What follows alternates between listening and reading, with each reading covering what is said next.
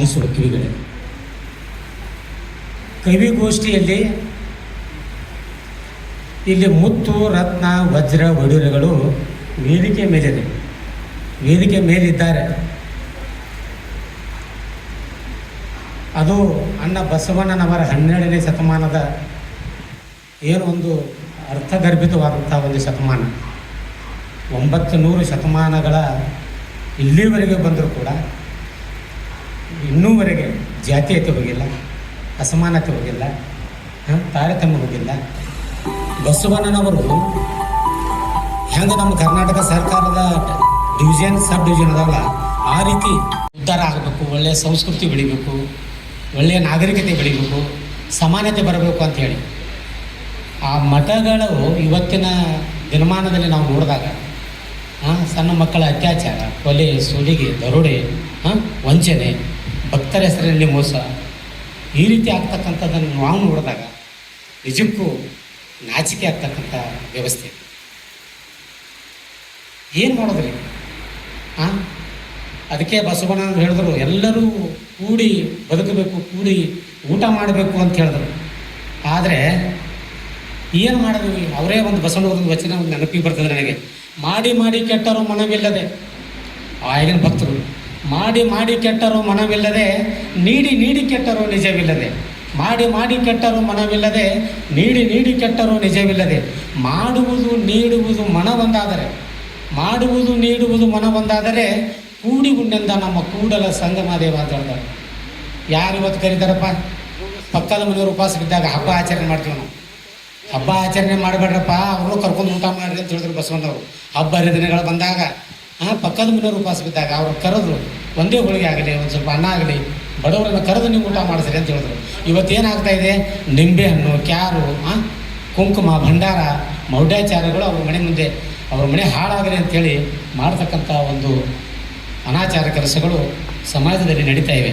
ಆದರೆ ನಾನು ಹೇಳೋದು ಇಷ್ಟೇ, ಈ ಕವಿಗೋಷ್ಠಿಯ ಒಂದೆರಡು ಮಾತುಗಳನ್ನು ಹೇಳೋಕ್ಕೆ ಏನು ಇಷ್ಟಪಡ್ತೀನಪ್ಪ ಅಂದರೆ, ಚೀನಾದ ಕವಿ ಶೆಲ್ಲಿ ಹೇಳ್ತಾನೆ, ಚೀನಾದ ಕವಿ ಶೆಲ್ಲಿ ಹೇಳ್ತಾನೆ, ಏನು ಹೇಳ್ತಾನಪ್ಪ ಅಂದ್ರೆ, ಕವಿಗಳು ಪ್ರಪಂಚದ ಅನಧಿಕೃತ ಶಾಸಕರು, ಕವಿಗಳು ಪ್ರಪಂಚದ ಅನಧಿಕೃತ ಶಾಸಕರು. ಇವರು ಅಧಿಕೃತ ಶಾಸಕರಲ್ಲ. ಒಂದೇ ನಿರ್ದಿಷ್ಟವಾದ ವಿಷಯವನ್ನು ಬರೀತಕ್ಕಂಥ ಅಧಿಕೃತ ಸಾಹಿತಿಗಳು ಯಾರು ಹೇಳ್ರು? ಚಿತ್ರರಂಗದ ಸಾಹಿತಿಗಳು. ಆ ಚಿತ್ರಕ್ಕೆ ಸಂಬಂಧಪಟ್ಟಂತೆ ಬರೀತಕ್ಕಂಥ ಸಾಹಿತಿಗಳಿಗೆ ಅಧಿಕೃತ ಸಾಹಿತಿಗಳಂತ ನಾವು ಕರಿತೀವಿ. ಆದರೆ ಇವರು ಅನಧಿಕೃತ ಸಾಹಿತಿಗಳು, ಕವಿಗಳು. ಸಮಾಜದಲ್ಲಿ ನಡೀತಕ್ಕಂಥ ಭ್ರಷ್ಟಾಚಾರಗಳು, ಯಾವುದೇ ಒಂದು ಅನ್ಯಾಯ ನಡೆದರೂ ಕೂಡ ನಿಷ್ಠುರವಾಗಿ, ನಿರ್ಭೀತವಾಗಿ ಪಾತಕ ಪ್ರಪಂಚದ ರೋಚಕ ಸುದ್ದಿಗಳನ್ನು, ಆಯಾ ಸಮಾಜದಲ್ಲಿ ನಡೀತಕ್ಕಂಥ ಘಟನೆಗಳನ್ನು ನೇರವಾಗಿ ಖಂಡಿಸುವಂಥದ್ದು ಬರೀತಕ್ಕಂಥ ತಾಕತ್ತು ಕವಿಗಳಿಗೆ ಇರಬೇಕೆ ಹೊರತು ಮತ್ತು ಯಾರಿಗೆ ಅದು ಸಾಧ್ಯ ಆಗೋದಿಲ್ಲ ಬರೀಲಿಕ್ಕೆ. ಕವಿಗಳೇ ಧೈರ್ಯವಂತರು, ಕವಿಗಳೇ. ಮತ್ತು ಬಸವಣ್ಣನವರು ಕವಿಗಳಾಗಿ ಒಳಗೆ ಬಂಡಾಯ ತುಂಬಿತ್ತು, ಕ್ರಾಂತಿಯ ಕಿಡಿ ತುಂಬಿತ್ತು. ಆದರೆ ಕೂಡಲ ಸಂಗಮನಾಥನ ಹೆಸರಿನಲ್ಲಿ ಧಾರ್ಮಿಕ ಪರಂಪರೆಯ ಜೊತೆಗೆ ನಿಧಾನವಾಗಿ ಬಂದರೂ ಕೂಡ ಆ ವೈರಿಗಳೇನದಾರಲ್ಲ, ಜಾತಿವಾದಿಗಳು, ಅವರನ್ನು ಬಿಡಲಿಲ್ಲ.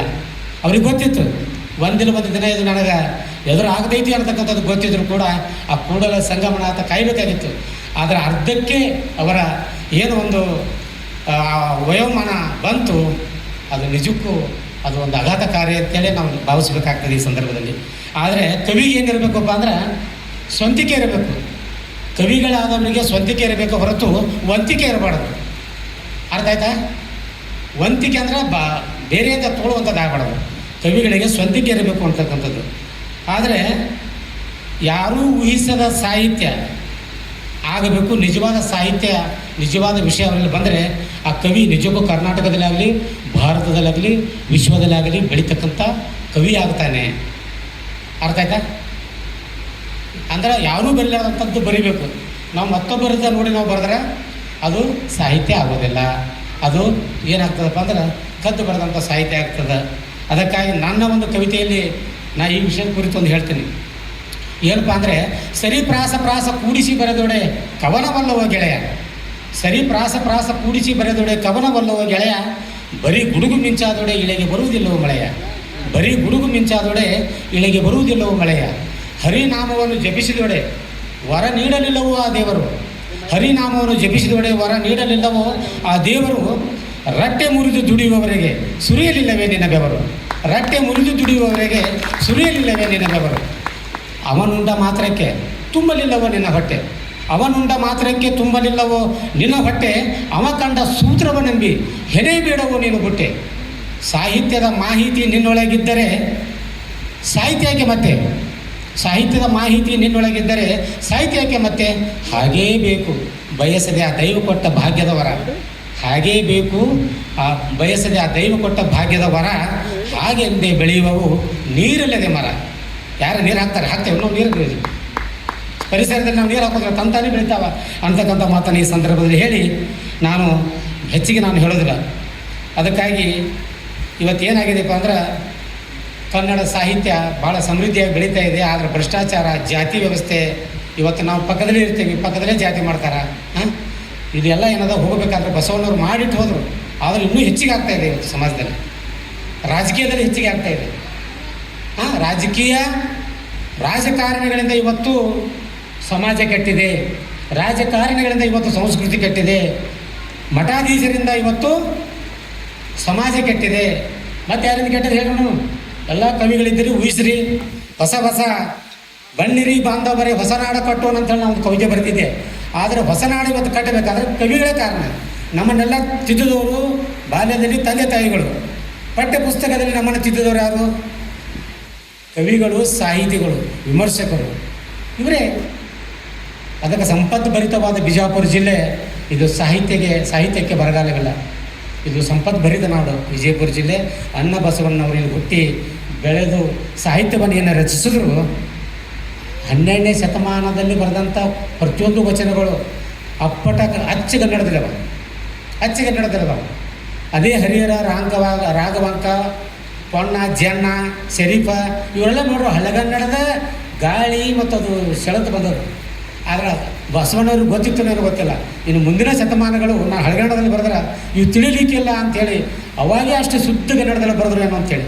ಅದಕ್ಕೆ ಕುಮಾರ ಕಾಕಯ್ಯ ಗೊತ್ತಲ್ಲೇ ಬಿಜಾಪುರದಾಗಿದ್ದರು, ದೊಡ್ಡ ಕವಿ ಕರ್ನಾಟಕದ್ದು. ಅವ್ರು ಹೇಳ್ತಾರೆ, ಕೆಚ್ಚು ಕನ್ನಡ, ಕಿಚ್ಚು ಕನ್ನಡ, ಕೆಚ್ಚು ಕನ್ನಡ, ಕಿಚ್ಚು ಕನ್ನಡ, ಸಾಕ್ಷ್ಯ ಕನ್ನಡ, ಮೋಕ್ಷ ಕನ್ನಡ, ವಜ್ರ ಕನ್ನಡ, ವೈಢೂರ್ಯ ಕನ್ನಡ, ಸರಳ ಕನ್ನಡ, ಸುಲಲಿತ ಕನ್ನಡ, ಕನ್ನಡ ಎಲ್ಲದರಲ್ಲೂ ಪರಿಪೂರ್ಣವೆಂದ ಕುಮಾರ ಕಕ್ಕಯ್ಯ ಅಂತ ಹೇಳ್ತಾರೆ. ಅದಕ್ಕಾಗಿ ಕನ್ನಡದ ಬಗ್ಗೆ ದಯವಿಟ್ಟು ಅಂತ ಮುಗಿಸ್ತೀನಿ, ನನ್ನ ಮಾತು ಮುಗೀತು. ನಾವು ಒಂದು ರಿಕ್ವೆಸ್ಟ್, ಒಂದು ವಿನಂತಿ ಮಾಡ್ಕೋತೀನಿ ಸಭೆಯಲ್ಲಿ. ಏನಪ್ಪ ಅಂದ್ರೆ ಕನ್ನಡದ ಅಂಕಿ ಸಂಖ್ಯೆಗಳು ಇವತ್ತು ಸಂಪೂರ್ಣವಾಗಿ ಕೊಲ್ಯಾಪ್ಸ್ ಆಗಿವೆ, ಸಂಪೂರ್ಣವಾಗಿ ಮಾಯ ಆಗಿಬಿಟ್ಟವು. ಕನ್ನಡದ ಅಂಕಿ ಸಂಖ್ಯೆಗಳು 1, 2, 3, 4 ಹೋಗಿಬಿಟ್ಟವು. ಅವೆಲ್ಲೂ ಗೊತ್ತಿಲ್ಲ. ಯಾರ ಪ್ರಭಾವದಿಂದ ಹೋದವು? ಇಂಗ್ಲೀಷ್ ಶಾಲೆಗಳಿಂದ ಹೋದವು, ಏನು ಯೂನಿವರ್ಸಿಟಿಗಳಿಂದ ಹೋದವು, ಈ ಭ್ರಷ್ಟ ರಾಜಕಾರಣಿಗಳಿಂದ ಹೋದವು, ಅಥವಾ DDPI BOದಿಂದ ಕಡೆ ಹೋದವು. ಯಾರಿಂದ ಪ್ರಭಾವ ಬೀರಿ ಓದು ಅಂತಕ್ಕಂಥದ್ದನ್ನು ಇವತ್ತು ಕರ್ನಾಟಕದ ಕನ್ನಡಿಗರು ಸಂಪೂರ್ಣವಾಗಿ ಇದರ ಬಗ್ಗೆ ಸಂಶೋಧನೆ ಮಾಡಬೇಕು. ವಿರಾಜಮಾನವಾಗಿ ಮೆರಿತಕ್ಕಂಥ ತಮಿಳುನಾಡು, ಆಂಧ್ರ, ಕೇರಳ, ಮಹಾರಾಷ್ಟ್ರ, ಗೋವಾ ಅವರವರ ಭಾಷೆಗಳಲ್ಲಿ ಇವತ್ತು ವಿರಾಜಮಾನವಾಗಿ ಇವತ್ತು ನಾವು ಫುಟ್ಪಾತ್ ಮೇಲೆ, ಹೆದ್ದಾರಿ ಮೇಲೆ ಹೋಗುವಾಗ ನಾವು ಕನ್ನಡದ ಅಂಕಿ ಸಂಖ್ಯೆಗಳನ್ನು ನೋಡ್ತೀವಿ. ಅದು ನಮ್ಮ ನಾಚಿಕೆ ಬರಬೇಕು ಅಂಥೇಳಿ ಈ ಸಂದರ್ಭದಲ್ಲಿ ಹೇಳಿ, ಎಲ್ಲರೂ ಕನ್ನಡಿಗರಾಗಬೇಕು, ಕನ್ನಡವನ್ನು ಬಳಸಬೇಕು ಅಂತಕ್ಕಂಥ ಮಾತನ್ನು ಹೇಳಿ ನಾನು 2 ಮಾತನ್ನು ಮುಗಿಸ್ತೇನೆ. ಜೈ ಹಿಂದ್, ಜೈ ಕರ್ನಾಟಕ.